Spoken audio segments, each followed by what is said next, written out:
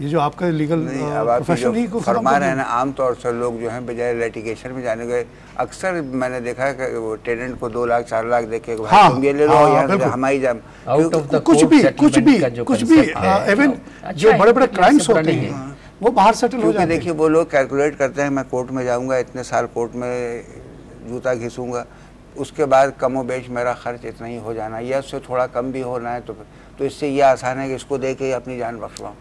تو یہ دیکھیے کیوں یہ نظام کی خرابی. اچھا چلے، آپ نے جو 3-4 چیزیں بتائی، جیسے اس ٹائم کا ہم نے کہہ دیا کہ 1 لاکھ کر دیتے ہیں اس کو، ایک ریفارم آپ نے سجیسٹ ہو گیا. بلیک کوٹ کے بارے میں آپ کی کیا سجیشن ہے؟ دیکھیے بات سنیے، بلیک کوٹ یہ کہ وکیل کے لیے ایک آئیڈینٹی ہے، آئیڈینٹی کے لیے بلیک گون کر سکے گا. آپ کے جہاں جو ایسی جس آپ ہاں بلیک گون وائٹ اندر کچھ بھی پہنے اوپر سے ایک بلیک گون پہن لیں، جیسے یونیورسٹی میں، یا ایک ایسی ٹائی ہونا چاہیے جس پہ کورٹ کا مونوگرام کوئی ہو، اس کی آئیڈینٹی صرف یہ بلیک کوٹ کی جو وجہ ہے کہ وکیل کی آئیڈینٹی ہو تو اس کی آئیڈینٹی اب دوسرے تھے. اب آپ یہ خود سوچیں کہ ایک ساتھ کالا کوٹ پہن کے جو گرمی میں بیچارہ خود تکلیف میں مبتلا ہے، دوسرے کی تکلیف کیسے دور کرے؟ گون تو آپ ہاتھ میں ایسے لٹکا لیں تو کوئی پرابلم نہیں ہوتی. جب آپ وہاں اچھا لگتا ہے کہ ججز and lawyers wearing good dress. پہلے تو وہ آپ لوگ سر وہ بھی پہنتے تھے، وگز بھی پہنتے تھے سر، وہ تو یہاں تو بہت مشکل ہے، پاگل ہی ہو جائے جج. لیکن بات یہ کہ لگتا بہت اچھا تھا. فلموں میں ہم دیکھتے ہیں نا کہ وہ اتنے بڑے بڑے وگ لگا کے بیٹھے، لگتا تھا کہ بھائی بہت بڑے دماغ والے آدمی بیٹھے. اچھا سمن پہ آپ بات کیجیے. آپ نے جو وہ کیس کا، یہ ہے ٹویٹر، فیس بک، انٹرنیٹ کا زمانہ. یہ ہمارے سیٹلائٹ، ہمارے اتنے چینلز چل رہے ہیں.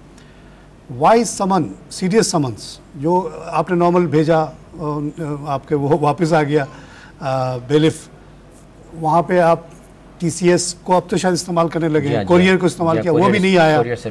تو وائی وی کی ناٹ پٹ سم اشتہار کیوں نہیں ہم لگا سکتے ہیں؟ پٹی چل جائے کہ بھائی جاوید مسرت نے طارق خان پہ دعویٰ کیا ہے اور طارق خان آ نہیں رہا، اس کی ہیئرنگ فلانے دن ہے.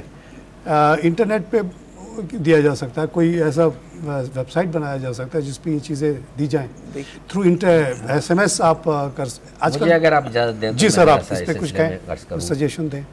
From my experience at the bar and bench both, summons کے لیے ہمارے ہاں ایک باقاعدہ سسٹم ہے. سول پروسیجر کوڈ میں آرڈر 5 ہے جس میں پورا سمن کا سسٹم پرووائڈ کیا گیا ہے. جاوید مسرت صاحب نے جو ایک اسپیسیفک انسٹنس کوٹ کی، ڈیفینیٹلی ایسا ہوا ہوگا، کیونکہ ہر معاشرے میں، ہر ڈپارٹمنٹ میں، ہر جگہ پر کچھ نہ کچھ لوگ ایسے ہوتے ہیں جو کسی کے کہنے سے، کسی کے انفلوئنس میں، کسی کے پریشر میں آ کے اس قسم کی بیوقوفی کی حرکتیں سرکت کے فلانی بلڈنگ کی نہیں ایڈریس ہی اویلیبل نہیں، اس قسم کی حرکتیں ہو جاتی ہیں. لیکن سسٹم جو ہے، ہاں آرڈر سمنس کا جو سسٹم ہے نا، وہ میرے خیال میں خاصا کمپریہنسو ہے. اس میں اب رجسٹرڈ پوسٹ کے ذریعے سے سمن بھیجنے کی بھی گنجائش ہے. آرڈر 5 رول 10A اپنی جگہ ہے. اب کوریئر کے ذریعے سے بھی، کوریئر کی سروس جو ہے وہ 95% میرے خیال میں بلیو کی جا سکتی ہے کہ they take efforts because they charge very heavily, they take efforts to serve the concern person. میں کوئی ڈاکومنٹ ڈال دیتا ہوں تو مجھے لگتا ہے کہ پہنچ گیا. اچھا، اسی طریقے سے پھر ہمارے پاس ایک آلٹرنیٹ بھی تھا جو ابھی آپ تذکرہ کر رہے تھے کہ اشتہار کیوں نہ لگا دیا جائے. اگر all sincere efforts fail to serve a particular person, then order 5 rule 20 comes into play اور وہ کہتا ہے کہ جناب آپ پبلیکیشن کرا دیجئے نیوز پیپر میں. سر یہ تو میں آپ بالکل صحیح کہہ رہے ہیں. یہ کچھ دن پہلے تک تو اخباری تھا نا. اب آپ پچھلے 10 سال سے آپ دیکھیے اتنے چینلز کھلے ہیں، وہ ان کو بھی روزی کی بھی ضرورت ہے. اخباروں میں جو اشتہار آتے ہیں وہ خاصا ان کا ریونیو کا سورس ہے. تو اسی طرح اگر آپ ٹی وی پہ بھی دے دیں تو کیا حرج ہے؟ کچھ چینلز پہ مطلب اس پہ کنٹینیوسلی سوچنے کی ضرورت ہے. کوئی فیس بک پہ کوئی آپ وہ بنا لیں کہ سمنس فرام کورٹس وہ آ جائے، وہاں پہ لوگ دیکھ لیں. ٹویٹر پہ ہو سکتا ہے. جو لوگ ہیں دیکھیے نا، جن کو رسپونڈ نہیں کرنا ہوتا سمنس کو یا ایون وارنٹس کو، ان کے خلاف اخباروں میں بڑی لمبی لمبی پوری تفصیل خبریں چھپتی ہیں.